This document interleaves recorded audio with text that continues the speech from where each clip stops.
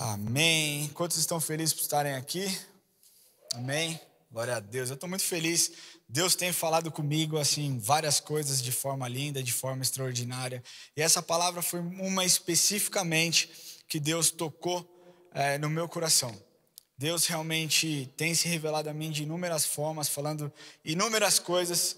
E eu falei até para a Érica que eu nunca chorei preparando uma palavra. Eu sempre vi o Lamartine falando, eu chorei, o Espírito me tocou, mas, cara, eu sempre montei a palavra e sempre rolou e sempre estava tudo bem, mas essa daqui, cara, Deus me quebrou assim, Deus me moeu de um jeito que eu falei, uau, é poderosa e cara, eu fiquei apaixonadaço por essa palavra, na verdade eu me apaixono cada dia mais pelo Senhor, mas essa palavra aqui vai trazer tanto entendimento e tanta libertação. Então, se você está aqui hoje presencialmente ou se você nos assiste, onde você estiver, cara, Deus está presente aí, Deus está presente aqui, e Ele vai realmente tocar no seu coração e fazer algo extraordinário, amém?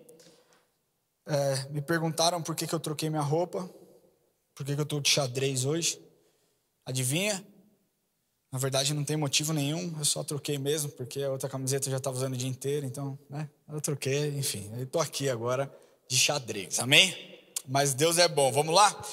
Bom, eu quero ler para vocês, em primeiro lugar, Zacarias 13:6. Zacarias 13:6 diz assim. Hoje eu vou passear bastante nos versículos aqui, então, se você não conseguir acompanhar, tá tudo bem, fique em paz. Não estou exigindo isso de você, apenas se atente à palavra e àquilo que Deus vai fazer, amém? Zacarias 13:6 diz assim, se alguém lhe disser, que feridas são essas nas tuas mãos? Responderá ele, são as feridas com que fui ferido na casa dos meus amigos. Essa profecia aqui foi dita por Zacarias 530 anos antes de Cristo. Antes de Jesus vir à terra, 530 anos, Zacarias fez essa profecia. E essa profecia está falando do dia em que Israel estará cercado pelos exércitos do anticristo, né? Depois isso aqui é escatologia, é Apocalipse, então se você quer entender mais, a pessoa certíssima para te explicar é o Lamartine, então vai lá no canal dele, se inscreve, consome tudo que ele tem, você vai ficar craque. Mas eu vou dar rapidamente uma brifada no que vai acontecer. Depois dos 7 anos de tribulação, depois que as duas testemunhas, Moisés e Elias vierem e pregarem o evangelho e anunciarem que Jesus é o Messias, e as 144 mil testemunhas se converterem, eles vão ter morrido, e no final desses 3 anos e meio, onde essas duas testemunhas estarão aqui, terá mais 3 anos e meio de muita luta. E no final desses 7 anos, 3 anos e meio no começo, 3 anos e meio no final desses 7 anos, o que vai acontecer é que o exército, Israel vai estar cercado pelos exércitos do anticristo, na tão chamada e conhecida Batalha do Armagedon, né? Então, quando Zacarias fala isso, ele está respondendo que as pessoas vão olhar e Jesus vai se revelar para o povo de Israel e vai mostrar as feridas da sua mão e eles vão ficar extremamente chateados. E o Espírito Santo naquele dia moverá os corações dos judeus, então Israel se converterá como nação, né? Então haverá um arrependimento nacional, vai haver barreiras sendo quebradas, vai ser um mover lindo do que Deus vai fazer. Depois dessa revelação, Israel vai estar preparado e vai vencer a batalha. Isso é o que está falando. Então Zacarias, 530 anos antes de Cristo, anunciou algo que vai acontecer sei lá quando. Nós não sabemos o dia que isso acontecerá, mas olha como a visão do profeta ela é tremenda e ela é extraordinária. Aqui nós vemos a questão do arrependimento, que as pessoas vão se arrepender, e esse arrependimento gerará uma comoção assim nacional. Mas nós primeiro precisamos entender o que é o arrependimento. Primeiro eu quero te falar uma coisa, e aí você pode anotar algumas frases chaves que eu vou te falar. Arrependimento sempre é produzido pelo Espírito Santo. Não existe arrependimento produzido pela sua carne, não existe arrependimento produzido pelo seu pensamento. O arrependimento, ele é produzido 100% pelo Espírito Santo. Arrependimento significa se converter, arrependimento significa você mudar a sua mente, mudar as suas atitudes, mudar os seus hábitos, não é verdade? O arrependimento, ele deseja uma transformação real, uma transformação verdadeira e efetiva. Se você comete algum ato que você fica triste, mas não deseja essa transformação, porque muitas pessoas sentem isso, cometem algum tipo de pecado, mas Dizem, estou arrependido, mas continuam no mesmo pecado. Isso não é arrependimento, isso é remorso. E essa é a diferença que nós temos que entender hoje. Arrependimento é uma mudança de mente, uma conversão dos seus pensamentos e das suas atitudes. Enquanto o remorso, ele é causado pela tristeza de um ato, mas não pelo pecado em si. Amém? Vocês estão comigo aqui? Então o remorso, ele está sempre focado na mágoa que você gerou para outra pessoa. O remorso, ele é sempre horizontal. Ele sempre é, cara, eu fiz isso e eu chateei a minha esposa. Eu fiz isso e eu chateei os meus pais. Eu fiz isso e eu chateei as pessoas que estavam ao meu lado. Ele nunca é vertical. Ele nunca está ligado a Cristo. O remorso, ele nunca olha e fala, eu estou triste porque eu pequei contra o Senhor. Isso não é arrependimento. Arrependimento, ele sempre é horizontal, enquanto o arrependimento ele é vertical. O remorso é sempre horizontal, enquanto o arrependimento é vertical. Amém? O arrependimento sempre nos capacita a aceitar e deixar para trás os passados. E essa aqui é uma frase que talvez você possa anotar, que é importante. Enquanto a tristeza do mundo gera o remorso, o arrependimento produzido pelo Espírito gera transformação. Amém? Vou falar mais uma vez. Enquanto a tristeza do mundo gera o remorso, o arrependimento produzido pelo Espírito gera transformação. E aqui eu começo a minha palavra. Isso aqui foi só uma breve introdução. O texto central dessa mensagem aqui é o que está escrito em Zacarias 12:10. Zacarias, no capítulo 12, ele está lá contando para a gente coisas que acontecerá. Israel vai se arrepender, Israel vai se converter como nação a respeito do povo judeu. Mas no versículo 10 do capítulo 12 diz assim: e sobre a casa de Davi, sobre os seus habitantes de Jerusalém, derramarei o meu espírito de graça e de súplicas. Olharão para aqueles a quem transpassaram. Quem foi transpassado? Jesus foi transpassado. Pranteá-lo-ão como quem pranteia por um unigênito. Quem que é o unigênito? Jesus. E chorarão por ele como se chora amargamente pelo primogênito. Quem é o primogênito? Jesus. Aqui Zacarias está falando a respeito 100% de Jesus, mas ele usa aqui uma linguagem onde para que as pessoas possam entender a dor que vai ser sentida naquele dia. É a dor como se você perdesse o seu filho. E a primogenitura para o povo judeu, ela tem muito significado. Para a gente aqui não, né? Minha irmã é mais velha, mas eu sei que meus pais gostam mais de mim do que dela. Brincadeira. Né? Meu pai que ouse dar mais a herança para ela do que para mim, que ele vai ver só.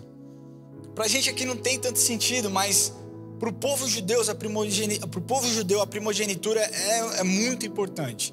Então aqui o que ele está falando é, cara, naquele dia, quando o povo de Israel reconhecer que Jesus é o Messias, vai ter grande tristeza. E se você continuar lendo, ele fala que não haverá como consolar pessoas. Pais não conseguirão consolar filhos. Esposas não conseguirão consolar os maridos. Filhos não conseguirão consolar os pais.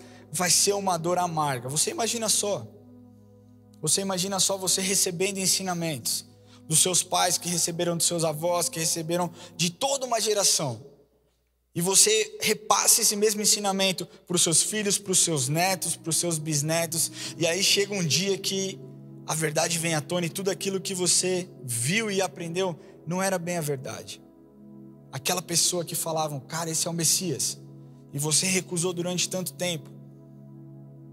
Isso vai fazer com que as pessoas, fiquem extremamente chocadas e gerem um profundo arrependimento.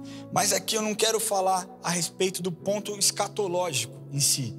Eu quero falar do poder do arrependimento. E dentro dessa mensagem, dentro desse versículo, eu quero te mostrar 3 verdades sobre o arrependimento. A primeira, você pode anotar: o Espírito conduz ao arrependimento. Isso eu falei lá no começo.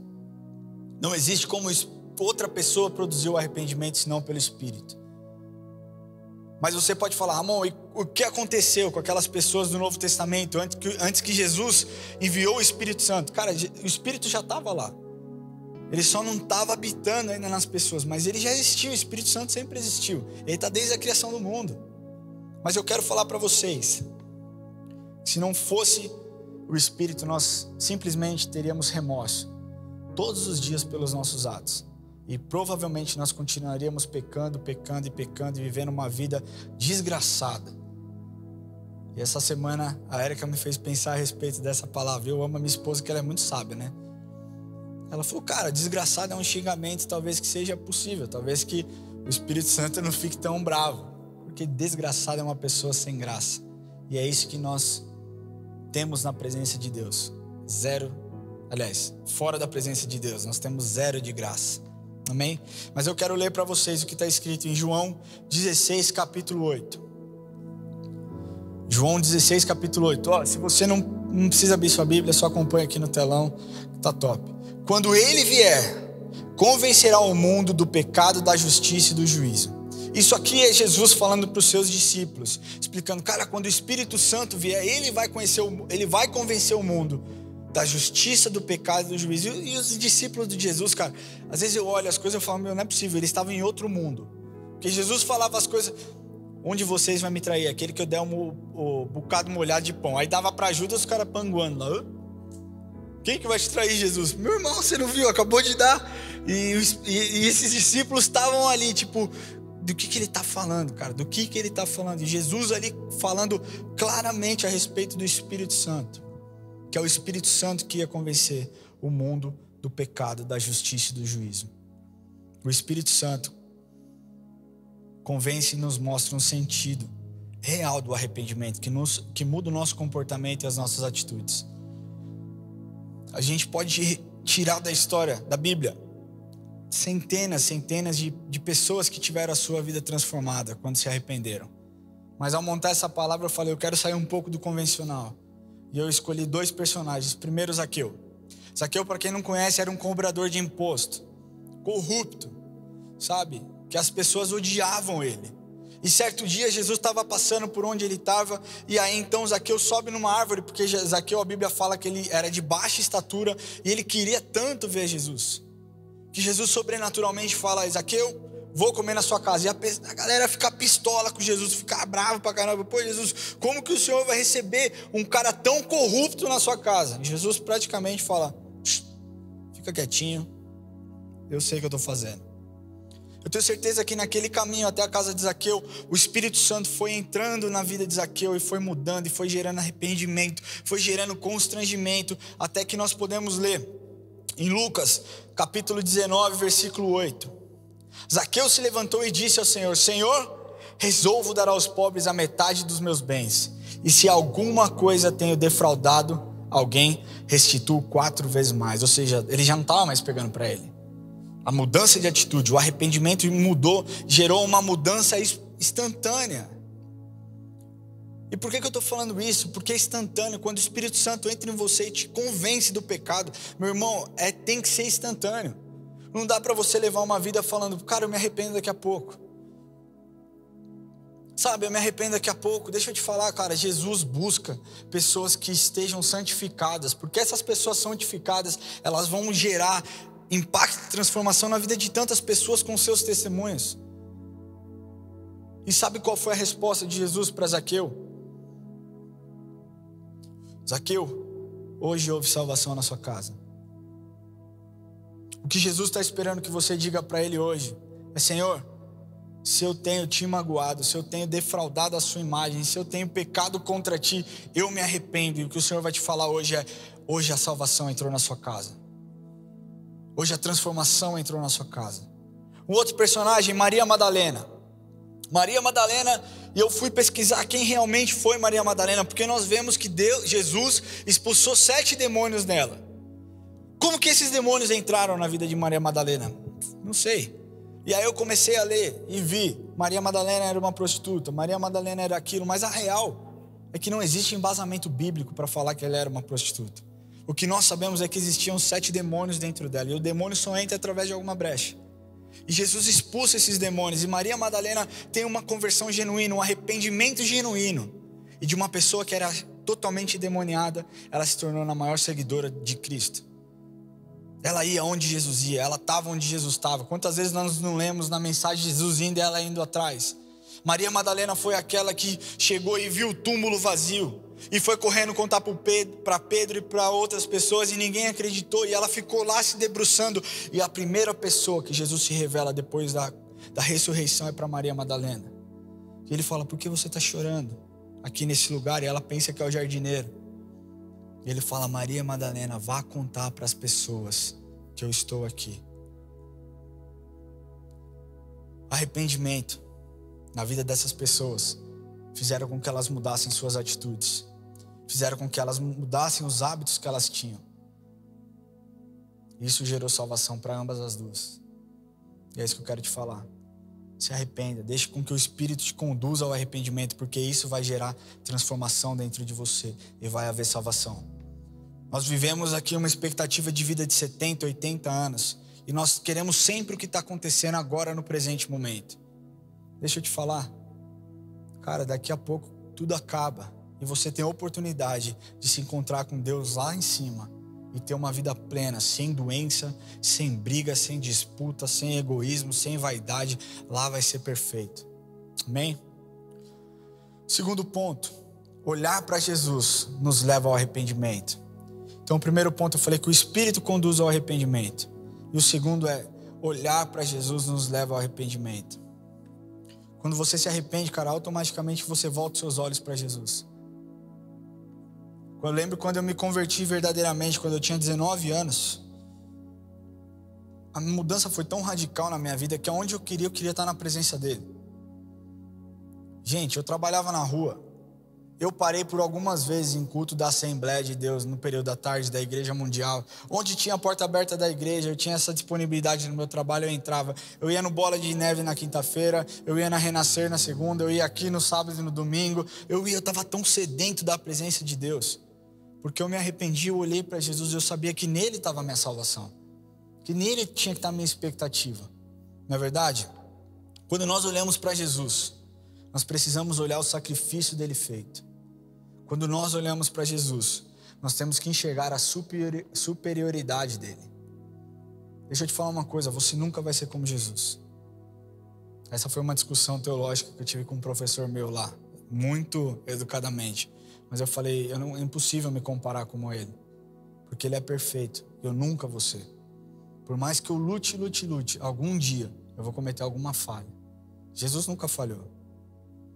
Nós temos que olhar sempre a superioridade de Deus. E quando nós olhamos, você tem que entender que ele é perfeito, enquanto nós não somos. Isso faz com que você enxergue a superioridade dele. Eu quero ler o que está escrito em Lucas 23, de 39 a 43. Diz assim: um dos malfeitores crucificados blasfemava contra ele, dizendo: não és tu o Cristo? Salva-te a ti mesmo e a nós também. Respondendo-lhe o outro, isso aqui é a história da cruz, tá? Deixa eu explicar para vocês. É a história de quando Jesus foi crucificado e os dois ladrões estavam lá na cruz, enquanto um blasfemava, o outro repreendeu e disse assim: nem mesmo temes a Deus, estando sob igual sentença? Nós, na verdade, com justiça, porque recebemos o castigo que os nossos atos merecem, mas este nenhum mal fez. E acrescentou: Jesus, lembra-te de mim quando vieres o teu reino. Algumas versões: Jesus, lembra-te de mim quando entrares no paraíso. Jesus lhe respondeu: em verdade te digo, que hoje estarás comigo no paraíso. Cara, quantas pessoas nesse meio tempo de Jesus na terra não caminharam com Jesus? Quantas pessoas não tiveram a oportunidade de testemunhar, sabe, as coisas que Deus fez, de testificar as coisas que Jesus fez, as curas, as pessoas sendo, sabe, libertas de demônios, vidas sendo transformadas. E estavam lá naquele dia da crucificação, pedindo: crucifica-o, crucifica-o, solte Barrabás, crucifica ele. Algumas estavam ali simplesmente para assistir o espetáculo. Mas esse cara aqui, esse ladrão da cruz, ele viu Jesus no momento mais frágil de Jesus, mais vulnerável de Jesus. Ele viu Jesus extremamente machucado, totalmente machucado. A Bíblia fala que foram tantas pauladas que ele tomou, a ponto de aparecerem os seus ossos. E foi assim que esse homem viu o poder nele. Foi assim que esse homem viu Jesus como Filho de Deus. Sabe? Ele não pediu nada além, nada, ele não pediu nenhum benefício, ele só falou: lembra-te de mim. E talvez essa tenha sido a última frase desse cara. E eu quero te falar aqui que não importa o que você tenha feito, se você olhar para Jesus e se arrepender, você vai ter salvação.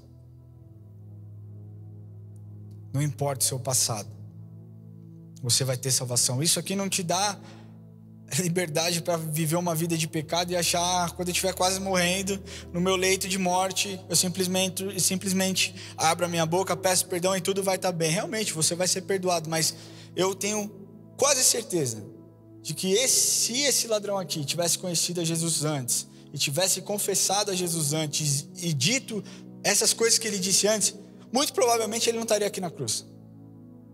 Muito provavelmente a vida dele teria sido outra. Sabe, não deixe com que as cadeias te amarrem, cara. Hoje é dia de você se arrepender, ter uma transformação de vida, olhar para Jesus e entender que Ele é a sua salvação. Amém? Olhar para Jesus e se arrepender muda completamente o seu futuro e o seu status. Eu não estou falando de status social aqui, eu estou falando de status de condenado para filho. De um Zé Ninguém para filho do rei. É isso que faz. Olhar para Jesus é isso que gera em você. Eu quero continuar lendo o mesmo capítulo, mas no versículo 47. Diz assim: vendo o centurião o que tinha acontecido, deu glória a Deus, dizendo: verdadeiramente esse homem era justo. E todas as multidões reunidas para este espetáculo. Cara, a Bíblia fala que isso foi um espetáculo para algumas pessoas. Vendo o que havia acontecido, retiraram-se a lamentar, batendo nos peitos. O povo judeu fazia muito isso, colocava saco, rasgava as vestes, se batia, mas não para se automutilar ou flagelar. Eles faziam isso em sinal de arrependimento. O que aconteceu naquele dia foi que quando Jesus foi crucificado e o véu rasgou, sabe, e tremeu a terra e fechou o templo, aquele centurião viu e falou: cara, esse cara é poderoso, ele é filho de Deus, ele realmente é Jesus, ele é muito top. E aquelas pessoas falaram: uau, eu fui coparticipante desse crime, cara, eu vi aqui. Eu fui a pessoa que talvez tenha gritado lá: crucifica. Isso gerou um grande remorso, isso gerou peso para as pessoas. E eu tenho certeza que muitas naquele tempo, sabe, se debruçaram e choraram, e rasgaram o seu coração e se quebrantaram. Existe inclusive até alguns teólogos que acreditam que essa reação foi que ajudou Pedro, depois de Pentecostes, alguns dias, naquele sermão de 3.000 pessoas. E eu realmente creio que muitas das pessoas que olharam para Jesus e viram a superioridade dele, e viram o sacrifício dele, e se arrependeram, sabe, quando viram que ele tinha morrido, e viram, sabe, se arrependeram e se quebrantaram, estavam lá no sermão de Pedro e foram convertidas, e receberam o Espírito Santo. E quando eu li isso, cara, eu falei: cara, como tudo se encaixa, como tudo se completa, como é lindo o que Deus faz. As pessoas que hoje machucam a Deus têm a oportunidade todos os dias, sabe, de se arrepender, colocar o joelho no chão e se quebrantar. E aqui eu entro no meu terceiro ponto. O quebrantamento é resultado do arrependimento. Cara, muitas pessoas que estavam naquele dia participando do espetáculo, que vivenciaram e presenciaram o maior homicídio da história já visto, a maior crueldade humana já vista, quando viram o poder dele, cara, quando viram quem realmente ele era, se quebrantaram, se arrependeram e se transformaram. Pedro se arrependeu. Pedro era o cara que era talvez muito de nós aqui, né? Pedro era aquele cara que Deus, tão maluco, que Deus falava assim, olha para Deus, olhava para Jesus e falava assim: Jesus, é o Senhor mesmo, manda eu ir aí com você. Jesus falava: chega aí então, vem. E ele anda na água. Sabe, Pedro era aquele cara tão impulsivo. O soldado romano chega: quem é Jesus? Pedro já tira a espada e corta a orelha do cara. Pedro era aquele cara impulsivo, sabe, que fazia tudo, mas tinha revelação. Quando Jesus uma vez pergunta para os seus discípulos: e aí, o que as pessoas dizem que eu sou? Aí uns dizem umas coisas, outros dizem outras. Pedro fala: tu és Cristo, Filho de Deus. Então Jesus fala: cara, essa revelação não veio de você, foi o meu Pai que revelou a você. Esse era Pedro. Pedro era aquele cara impulsivo que tinha revelação, mas que de repente Jesus falava: arreda-te de mim, Satanás. Era Pedro. Sabe, mas eu creio que a real conversão de Pedro, o real arrependimento, o real quebrantamento, foi quando ele ouviu o galo cantando e se lembrou das palavras de Jesus. Eu creio que aí foi o ponto crucial, de quebrantamento na vida de Pedro. De se arrepender e falou, cara, eu andei tanto tempo com Jesus. Sabe, eu sou tão fiel escudeiro, como que eu pude negar? Como que eu pude, sabe, permitir que isso acontecesse? Como que eu pude permitir que acontecesse comigo? Porque ia acontecer anyway. Mas como que eu deixei que isso entrasse no meu coração? Então eu creio que ali houve um grande quebrantamento. Ele olhou para Cristo, ele se quebrantou, o Espírito Santo tocou nele, ele se arrependeu e poucos dias depois, ele estava lá pregando e convertendo 3.000 pessoas. No dia seguinte, mais 2.000 pessoas. Cara, esse foi Pedro, um dos maiores discípulos que nós já vimos. Outra pessoa, o homem segundo o coração de Deus. Olha o sino tocando. Outra pessoa, o homem segundo o coração de Deus, Davi. Todos conhecem provavelmente a história de Davi. Essa história está relatada lá em 2 Samuel 12. Eu te encorajo a ler essa mensagem para que você entenda, mas eu vou contar um pouquinho mais para frente. Davi estava um dia lá no seu reino e então olha uma moça muito bonita tomando um banho, sente atração, vai até ela e com ela ele concebe um filho. Esse filho, só que o problema é que essa mulher era casada com um cara de alto patente da guarda de Davi. E essa mulher ela fica grávida. Então o que Davi faz? Olha, para ela não morrer, eu vou mandar o cara lá para frente, lá para a linha de guerra, e para que ele morra logo e aí não tem problema com ela, né? Enfim, eu assumo ela e tá de boa. O que aconteceu foi que as coisas não saíram conforme ele planejou. Esse rapaz ele realmente morreu, mas um dia o profeta Natan chega para ele e o questiona e o argue com muita firmeza, mas ao mesmo tempo com muita doçura. E então ele cai em si. E aqui nesse Salmo 51:1 é o salmo que ele escreveu para falar da dor dele. E eu quero que você preste bastante atenção. Diz assim: compadece-te de mim, ó Deus, segundo a tua benignidade, e segundo a multidão das tuas misericórdias, apaga as minhas transgressões. Lava-me completamente da minha iniquidade, purifica-me do meu pecado, pois eu conheço as minhas transgressões e o meu pecado está sempre diante de mim. Pequei contra ti somente, ponto. Vocês lembram da questão vertical que eu falei? Arrependimento vertical? Aqui ele não fala, poxa vida, eu mandei o meu amigo para a morte. Poxa vida, eu estou triste que esse meu filho que eu tive com o Betseba morreu. Ele não fala nada disso, ele fala, eu pequei contra ti. Contra somente ti eu pequei. O meu pecado está sempre diante de mim, né? E fiz o que é mal perante aos teus olhos, de maneira que serás tido por justo no teu falar e justo no teu caminhar. E justo no teu julgar, perdão. Cara, Davi se arrependeu.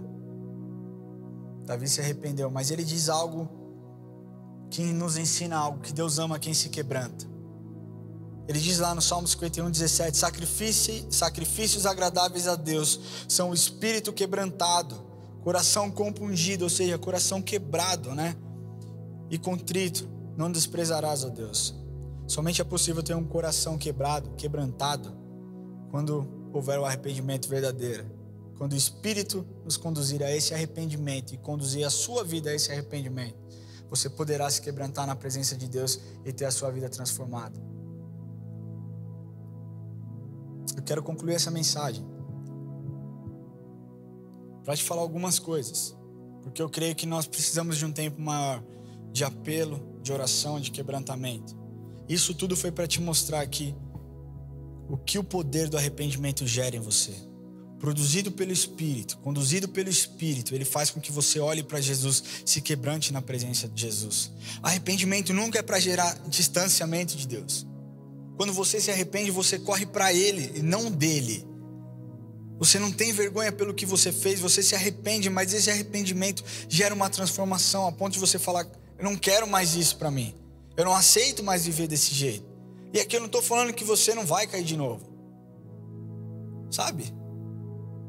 Mas se arrepender, cara, é correr para os braços de Deus e reconhecer, eu preciso de ti. Remorso, você vai para qualquer lugar, você corre para qualquer lugar. Você pensa comigo, Zaqueu se arrependeu, correu para os braços de Jesus, houve salvação, teve salvação. Maria Madalena se arrependeu, correu para os braços de Jesus, teve salvação. Paulo, se arrependeu, correu para os braços de Jesus, teve salvação. Judas teve remorso, correu para qualquer outro lugar que não foi o braço de Jesus.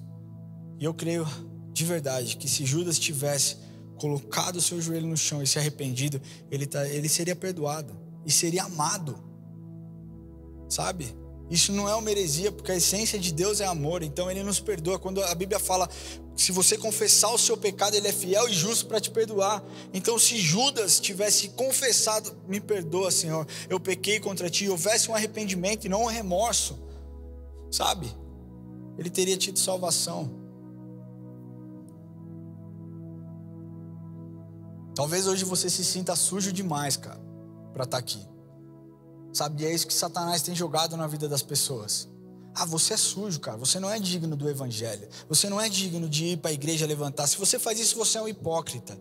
Se você faz isso, você é um mentiroso. Você transa com a sua namorada, mas aí você vai lá e levanta a mão, você é um mentiroso, você é um falso. Você não é um cristão de verdade. Você está vivendo em adultério. Quem é você para falar de Jesus? É isso que Satanás joga dentro de nós.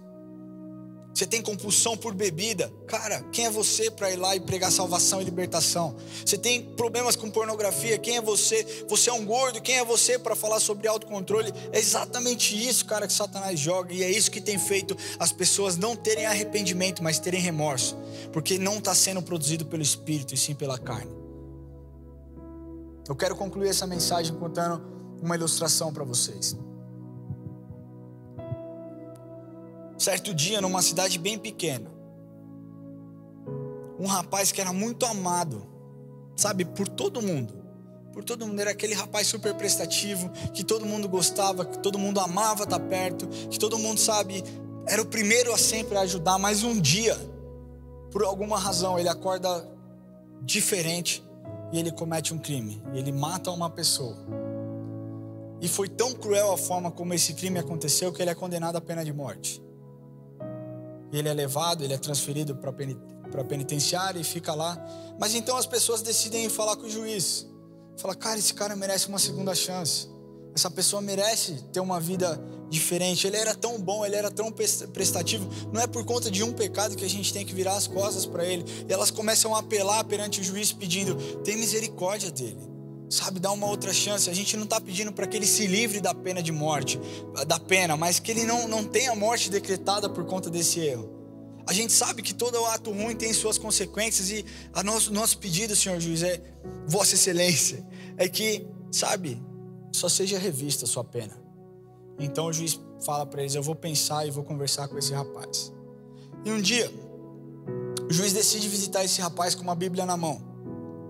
E ele chega na penitenciária e começa a falar com esse rapaz e fala, deixa eu te falar uma coisa. E o rapaz fala para ele, eu não quero te ouvir, eu não quero te escutar, eu não quero ouvir você falando de Jesus, eu não quero você falando absolutamente nada, eu já sei do meu crime, eu sei o que eu mereço e tá tudo certo, eu vou morrer e eu tô bem com isso. O que eu cometi é cruel demais, foi muito feio o que eu fiz, eu mereço o que eu recebi. O juiz fala para ele, meu filho, deixa eu te falar uma coisa, eu tenho algo para te falar. E esse cara, ele começa a repreender o juiz dizendo, você não sabe de nada, eu não quero falar com você, eu não me importo com a sua atitude, eu não me importo com o que você tem para me falar, simplesmente me deixa quieto. E o juiz tenta por várias vezes, e esse rapaz, sempre muito agressivo e arredio, decide se levantar, virar as costas e ir embora. E o juiz sai triste. Então esse rapaz recebe a pena de morte. Ele morre. No funeral, o juiz estava lá exatamente com a mesma Bíblia que estava naquele dia. E o que ele falou aqui dentro dessa Bíblia, o que eu tinha para ele era uma liberdade. O que eu tinha para ele era uma carta onde a pena dele estava sendo alterada. Ao invés de pena de morte, a pena dele estava sendo outra pena. Ele só tinha que assinar um papel. E ele termina dizendo, esse rapaz não morreu pelo crime que ele cometeu. Ele morreu porque ele não quis receber o perdão. E é isso que o remorso faz. O remorso faz com que a gente não queira receber o perdão. Eu queria pedir que você fechasse seus olhos.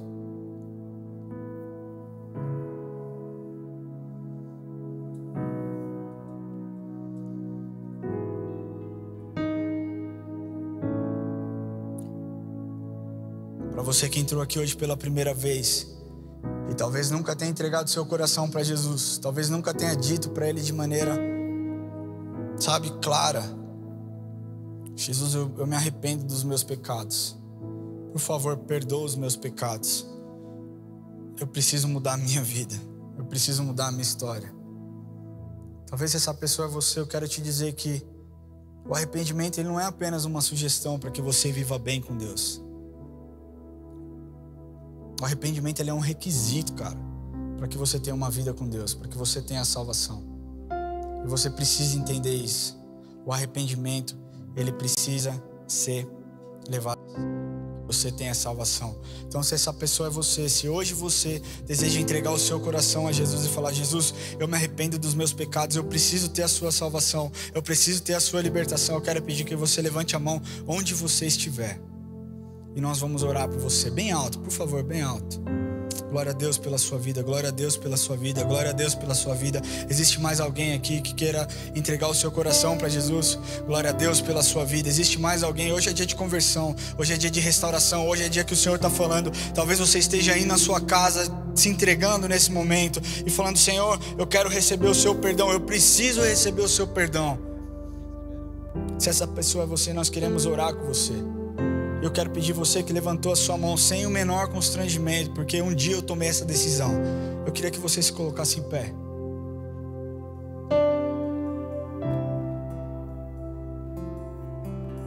Se existe mais alguém, pode ficar em pé. Pode se levantar, porque salvação chegou na sua casa.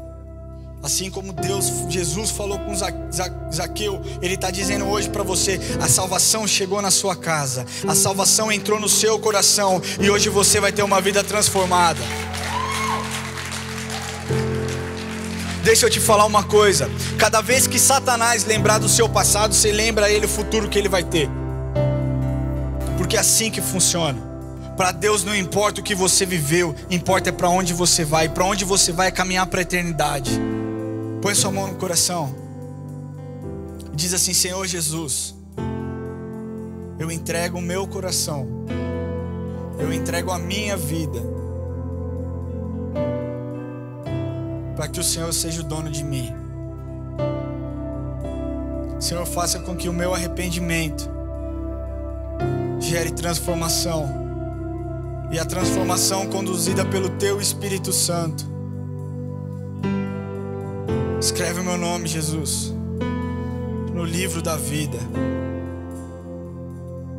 Deus, eu abençoo os Teus filhos nessa noite, que estão aqui ou que estão nos assistindo online. Eu declaro a paz sobre a vida deles. Eu declaro que nenhum mal, Pai, prevalecerá contra a vida deles. Eu declaro que nenhum pensamento, Pai, de suicídio, nenhum pensamento que vem contra aquilo que o Senhor tem feito e contra as Tuas obras, Pai, venha prevalecer, Pai. Eu declaro que agora, Pai, como filhos, Pai, eles têm os Teus anjos, Senhor, para protegê-los, para guiá-los, Pai, para fazer com que eles tenham uma vida em abundância, Deus. Em nome de Jesus, Pai, abençoa os Teus filhos. Agora eu quero fazer um apelo para a igreja. Se você já é cristão, se você já colocou e já entregou a sua vida para Jesus, eu quero ler para você o que está escrito lá em 2 Crônicas, capítulo 7, versículo 14. Diz assim: se o meu povo é só se você já se entregou para Ele. Todos nós já se entregamos para Ele neste lugar aqui. Mas diz: se o meu povo, que se chama pelo meu nome, se humilhar e orar e me buscar e se arrepender dos seus maus caminhos, então eu ouvirei do céu, perdoarei os seus pecados e sararei a sua terra. Deixa eu te falar uma coisa que talvez você não saiba. Quando nós vamos ver a raiz dessa palavra terra, ela serve tanto como céu e terra, como lugar que nós estamos, ou como os habitantes que vivem nela. Nós somos a terra. E o que Deus está te falando hoje é: se o meu povo, que se chama pelo meu nome, se humilhar e orar e se converter dos seus maus caminhos, então eu ouvirei do céu, perdoarei os seus pecados e sararei a sua vida, sararei o seu coração, sararei a sua alma, transformarei a sua mente, transformarei os seus dias. E é o que o Senhor está te dizendo hoje. Se você deseja uma transformação verdadeira, levante do seu lugar, levante onde você estiver. Se você nos assiste online, levante as suas mãos e se quebrante na presença do Senhor. Aleluia! Espírito tocou no meu coração para te dizer que às vezes você escuta o pregador dizendo aqui: se arrependa. Arrependimento traz transformação. E existe uma área tão frágil na sua vida, onde você se sente tão incapaz de transformar, que às vezes você fala: eu acho que não é para agora. Não, essa palavra não é para mim. Às vezes você até finge: ai, deixa eu pensar em outra coisa, daqui a pouco o culto acaba. Deixa eu mudar meu pensamento de lugar. Às vezes você está assistindo na sua casa: ah, não está acabando, deixa eu abrir o meu celular, deixa eu fazer outra coisa. Que você tem medo de tentar se arrepender, de entregar seu coração e não dar certo, e não acontecer transformação. Quantas pessoas fogem desse quebrantamento aos pés de Jesus, com medo de não ser forte, de viver aquilo que vem depois do arrependimento. Mas eu tô aqui para te dizer que você não precisa ser forte. O arrependimento é para quem tá fraco. É para quem quer dizer: Jesus, eu não sou capaz de ser outra pessoa. Por isso eu tô aos pés daquele que é capaz de me fazer forte. Ele vai ser forte por você. A Bíblia diz que quando eu sou forte, quando eu sou fraco é que eu sou forte. Porque se a sua força vem de Deus, ela não é humana, ela não é abalável. Então eu quero te dizer: não se preocupe com a transformação do depois. Se preocupe com o seu passo de aproximação do Salvador. O arrependimento é um passo para aquele que é santo. Então eu peço que você feche os seus olhos e não tenha medo. Se você quer a presença de Deus, se você quer o Espírito Santo, não tenha medo de quebrantar seu coração, de chorar na presença de Deus, de falar: eu sei que está errado e eu nunca serei forte sozinho, mas o Senhor é forte, a obra já foi feita e eu aceito.